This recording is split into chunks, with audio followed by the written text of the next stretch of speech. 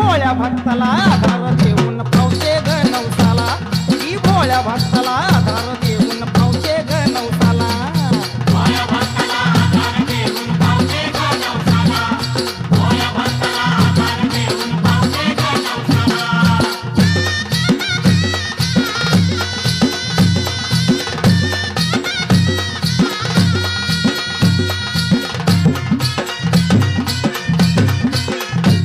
सुख दुःखाची तान रेणू केला, देवी संकटी तारी ते भक्ता